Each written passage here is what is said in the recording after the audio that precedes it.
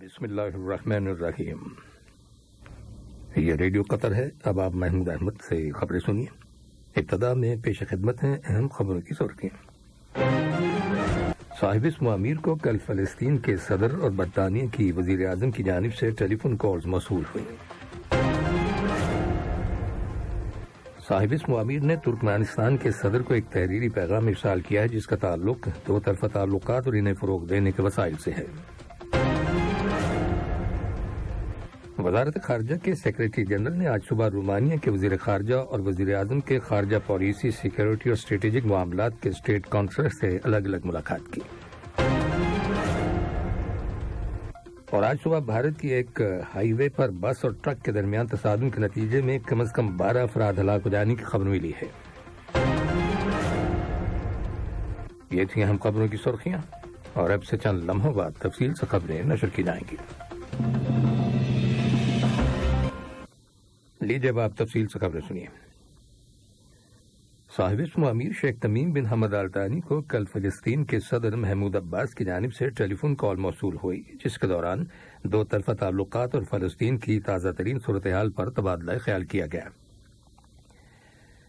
صاحب اسم امیر شیخ تمیم بن حمد آل ثانی کو کل برطانیہ کی وزیر اعظم لیز ٹرس کی جانب سے بھی ٹیلی فون کال موصول ہوئی۔ بات چیت کے دوران دونوں دوست ممالک کے درمیان دو طرفہ تعلقات اور مشترکہ دلچسپی کے متعدد امور پر تبادلہ خیال کیا گیا۔ اس کے علاوہ موجودہ علاقائی اور بین الاقوامی حالات کا بھی جائزہ لیا گیا۔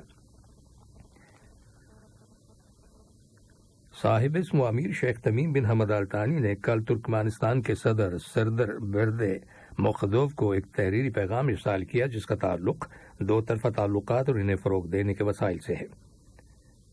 ترکمانستان میں قطر کے سفارت خانے کے قائم مقام ناظم الامور محمد مشعل آلوتیوی نے ترکمانستان کے نائب وزیر خارجہ آتیوب برد نیاز کے ساتھ ملاقات کی اور انہیں صاحب اسم امیر کا ان کے ملک کے صدر کے نام مذکورہ پیغام پہنچایا۔ وزارت خارجہ کے سیکریٹری جنرل ڈاکٹر احمد بن حسن الحمادی نے آج صبح رومانیہ کے وزیر خارجہ بوگدان بوریسو اور وزیر اعظم کے خارجہ پالیسی، سیکورٹی اور اسٹریٹجک معاملات کی اسٹیٹ کونسلر جولین چیف سے الگ الگ ملاقات کی۔ ان دونوں ملاقاتوں کے دوران مشترکہ دلچسپی کے امور کے علاوہ قطر اور رومانیہ کے درمیان دو طرفہ تعاون کے تعلقات کا جائزہ لیا گیا۔ ان ملاقاتوں میں رومانیہ میں قطر کے سفیر اسامہ بن یوسف القرداوی اور وزارت خارجہ کے سیکریٹری جنرل کے ہمراہ گئے ہوئے وفد نے شرکت کی۔ قطر چیمبر کے اول نائب چیئرمین محمد بن توار الکواری سے قطر کے دورے پر آئے ہوئے جمہوریہ قازقستان کے زمبیل ریجن کے اول نائب گورنر نورجہان خالدی یوروف اور سماجی کاروباری بزنس کارپوریشنز کے بورڈ کے چیئرمین عابل خیروف دوالات نے ملاقات کی، جس کے دوران دونوں ممالک کے مابین اقتصادی اور تجارتی شعبوں میں تعاون کو فروغ دینے اور قطر اور قازقستان کے درمیان سرمایہ کاری اور مشترکہ منصوبے شروع کرنے کے امکانات کا جائزہ لیا گیا۔ محمد بن توار الکواری نے کہا کہ قطری تاجر قازقستان میں سرمایہ کاری کے ماحول اور غیر ملکی سرمایہ کاروں کے لیے پیش کردہ مواقع اور موارد سے واقف ہونے میں دلچسپی رکھتے ہیں۔ انہوں نے کہا کہ قطر چیمبر قطری تاجروں کو قازقستان میں سرمایہ کاری کرنے کی ترغیب دیتا ہے۔ زمبیل ریجن کے اول نائب گورنر کا کہنا تھا کہ ان کے علاقے میں سرمایہ کاری کے بہت سے مواقع موجود ہیں جو قطری سرمایہ کاروں کو راغب کر سکتے ہیں۔ انہوں نے قطری کمپنیوں کو زمبیل ریجن میں سرمایہ کاری کی دعوت دی ہے۔ پبلک ورکس اتھارٹی اشغال نے اعلان کیا ہے کہ ابو سمرہ بارڈر کراسنگ پروجیکٹ کا باقی ماندہ کام رواں ماہ اکتوبر کے آخر تک مکمل ہو جائے گا۔ اس میں قطر سے جانے اور قطر آنے والے ٹرکوں کے کسٹمز اور انسپیکشن پلیٹ فارمز کی عمارت کی تعمیر اور کچھ فنشنگ ورکس شامل ہیں۔ یہ تمام کام فیفا ورلڈ کپ قطر 2022 کی سروس کے حوالے سے رواں ماہ کے اختتام سے قبل ہی مکمل ہو جائیں گے۔ دنیاسنا کسٹمز جنرل اتھارٹی کے چیئرمین احمد عبداللہ الجمال نے کہا ہے کہ ابو سمرہ بارڈر کراسنگ کی ڈیولپمنٹ سے نہ صرف ورلڈ کپ کے شائقین مستفید ہوں گے بلکہ بعد میں اشیاء اور میٹیریلز کے نقل و حمل، کمرشل اور انڈسٹریل سرگرمیوں اور لوگوں کی آمد و رفت کے حوالے سے ابو سمرہ بارڈر کراسنگ کی ڈیولپمنٹ سے غیر معمولی فوائد حاصل ہوں گے۔ یہ خبریں ریڈیو قطر سے نشر کی جا رہی ہیں۔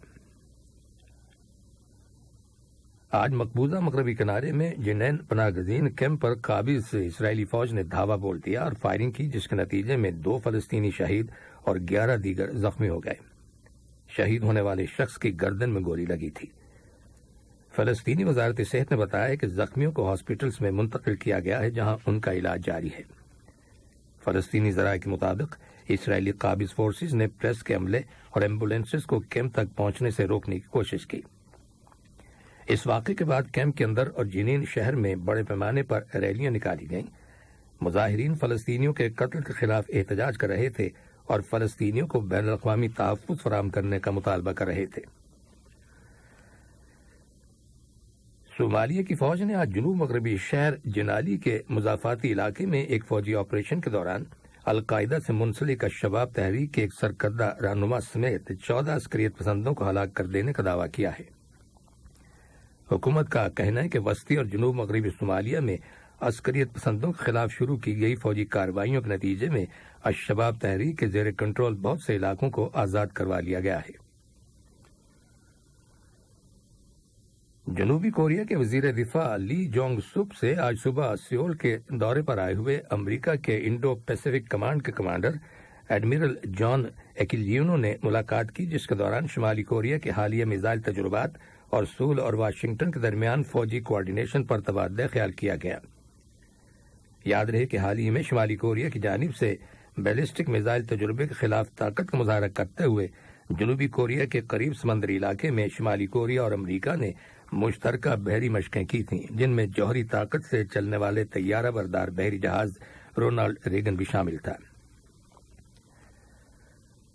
اقوام متحدہ کے پناہ گزینوں کو امداد فراہم کرنے والے ادارے UNHCR نے عالمی برادری سے پاکستان کے اندر حالیہ سیلابوں میں بڑی تعداد میں متاثر ہونے والے خاندانوں اور ان کی دیکھ بھال کرنے والی فیملیز کے لیے $65 ملین کی فوری امداد کی اپیل کی ہے۔ UNHCR کے ایک اعلیٰ عہدیدار کا کہنا ہے کہ پاکستان کو اس وقت اس ماحولیاتی آفت سے نمٹنے کے لیے ایک بہت بڑے چیلنج کا سامنا ہے۔ واضح رہے کہ پاکستان میں شدید بارشوں اور سیلاب کے نتیجے میں اب تک 1700 لوگ ہلاک اور 13,000 کے قریب زخمی ہوئے ہیں۔ امریکہ کی حکومت نے ایران میں انٹرنیٹ بند کرنے اور ایک خاتون کی پولیس کی حراست میں ہلاک ہو جانے کے خلاف ملک کے اندر احتجاجی مظاہرین پر تشدد کرنے کی وجہ سے ایران کے 7 سینئر رہنماؤں پر پابندیاں عائد کر دی ہیں۔ ان میں وزیر داخلہ، وزیر مواصلات اور سیکیورٹی اداروں کے 5 اہلکار شامل ہیں۔ امریکی وزیر خارجہ نے ایک بیان میں احتجاجی مظاہروں کو پرتشدد طریقے سے دبانے کی شدید مذمت کی ہے۔ آج صبح بھارت کے مغربی علاقے میں ہائی وے پر ایک بس اور ٹرک کے درمیان تصادم کے نتیجے میں کم از کم 12 افراد ہلاک ہو گئے۔ اس ٹکراؤ کے بعد بس میں آگ لگ گئی۔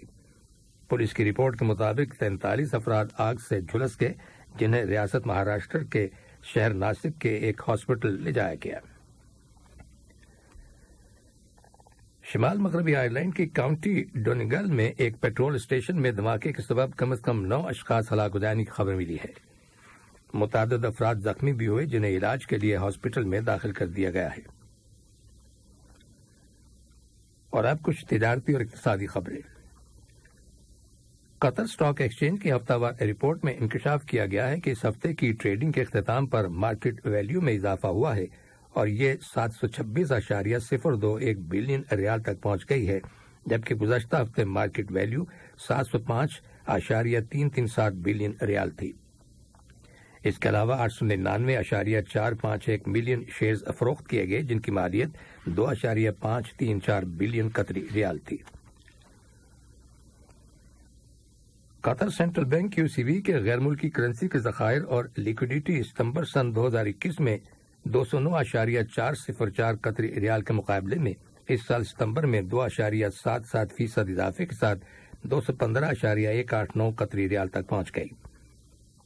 QCB کی جانب سے جاری کیے گئے اعداد و شمار کے مطابق QCB کے سرکاری ذخائر ستمبر 2022 کے آخر تک گزشتہ سال کے مقابلے میں 4.681 بلین قطری ریال کے اضافے کے ساتھ 157.473 بلین قطری ریال تک پہنچ گئے۔ آخر میں اہم خبروں کی سرخیاں ایک بار پھر سن لیجیے۔ صاحب اسم امیر کو کل فلسطین کے صدر اور برطانیہ کی وزیر اعظم کی جانب سے ٹیلی فون کالز موصول ہوئیں۔ صاحب اسم امیر نے ترکمانستان کے صدر کو ایک تحریری پیغام ارسال کیا ہے جس کا تعلق دو طرفہ تعلقات اور انہیں فروغ دینے کے وسائل سے ہے۔ وزارت خارجہ کے سیکریٹری جنرل نے آج صبح رومانیہ کے وزیر خارجہ اور وزیر اعظم کے خارجہ پالیسی، سیکورٹی اور اسٹریٹجک معاملات کے اسٹیٹ کونسلر سے الگ الگ ملاقات کی، اور آج صبح بھارت کے ایک ہائی وے پر بس اور ٹرک کے درمیان تصادم کے نتیجے میں کم از کم 12 افراد ہلاک ہو جانے کی خبر ملی ہے۔ ریڈیو قطر سے خبروں کا آج کا دوسرا بلیٹن ختم ہوا۔ السلام علیکم دوستو، میں ہوں شیخ نور، آپ دیکھ رہے تھے قطر نیوز ٹوڈے۔ مجھے امید ہے کہ یہ ویڈیو آپ کو انفارمیٹک لگی ہوگی۔ اسی طرح کے ویڈیو پاتے رہنے کے لیے نور ٹائم 24/7 یوٹیوب چینل کو سبسکرائب کیجیے اور اس ویڈیو کو لائک، کمنٹ اور شیئر ضرور کیجیے۔ اگر آپ فیس بک پر دیکھ رہے ہیں تو شیخ نور پیج کو لائک کیجیے اور فالو کیجیے تاکہ میں جیسے ویڈیو اپلوڈ کروں آپ تک پہنچ جائے۔ شکریہ۔